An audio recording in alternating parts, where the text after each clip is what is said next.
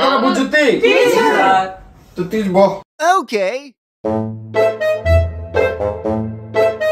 আসসালামু আলাইকুম। আসসালামু আলাইকুম। আসসালামু আলাইকুম। আসসালামু আলাইকুম। আসসালামু আলাইকুম। আসসালামু আলাইকুম। আসসালামু আলাইকুম। আসসালামু আলাইকুম। ওয়ালাইকুম আসসালাম। তোরা সকলে বহ। কেমন আছেন স্যার? ভালো আছেন? ভালোই। তোরা সকলে কেমন? তোরা রে ভালো একটা জিনিস আজকে শিখাইয়াম।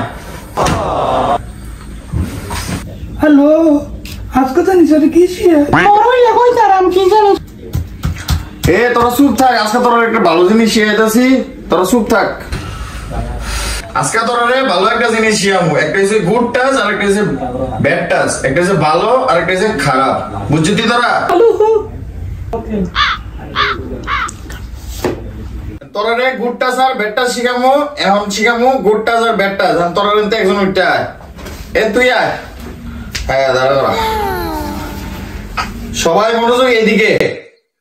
তোরা বলতে এদিকে শিখাই যাচ্ছি, ঠিক আছে? তোর হাত দে। এখানে যদি তোমার আত্মীয় স্বজন, মামা, খালু, স্যার বা আশেপাশে পাড়া প্রতিবেশী কেউ তোমাদের এই বাচ্চাদেরকে এভাবে হাত দেয় বুকে, তাহলে এটা হচ্ছে ব্যাড টাচ। হ্যাঁ, আর দুই রানের মাঝখানে যদি হাত দেয় ব্যাড টাচ, পিছনে যদি হাত দেয় এটা হচ্ছে ব্যাড টাচ। মানে কি এটা তোমার খারাপ, মানে তোমার খারাপ ভাবে নিতেছে। তুমি যদি মনে করো এটা তোমার আদর করতেছে, এটা আদর না, এটা হচ্ছে তোমার খারাপ বিহেভ করতেছে তোমার সাথে, এটা তুমি বোঝো না।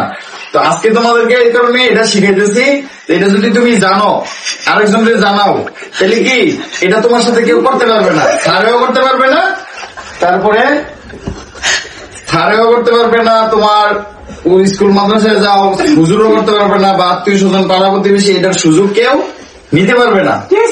তো তোমাদেরকে আজকে এটাই শিক্ষা। এখন তুমি এদেরকে একটু বুঝাই দাও যে তোমার কি কি শিখাইছি, যে ব্যাড টাচ কোন জায়গায় হাত দিলে bad touch.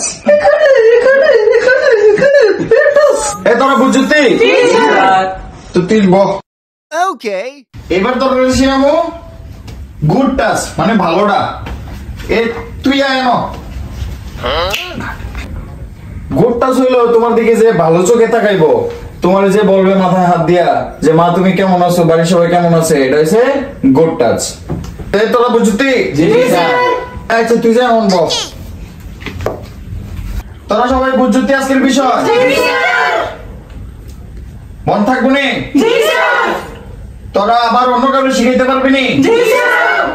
Okay good, very good.